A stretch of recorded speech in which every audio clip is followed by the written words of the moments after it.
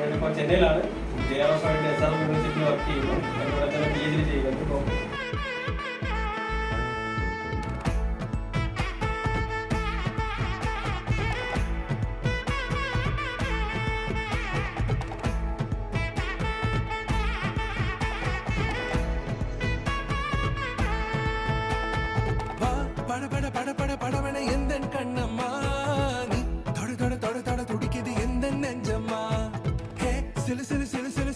கொஞ்சம் செல்லம்மா சட சட சட சட மழையன வந்தேன் கண்ணம்மா திருநாள் இதுவா இதயம் தரவா உரைத்தேன் மெதுவா கொஞ்சி கொஞ்சி வரவா பட பட பட பட படவன எந்த கண்ணம்மா தொட தொட தொட தொட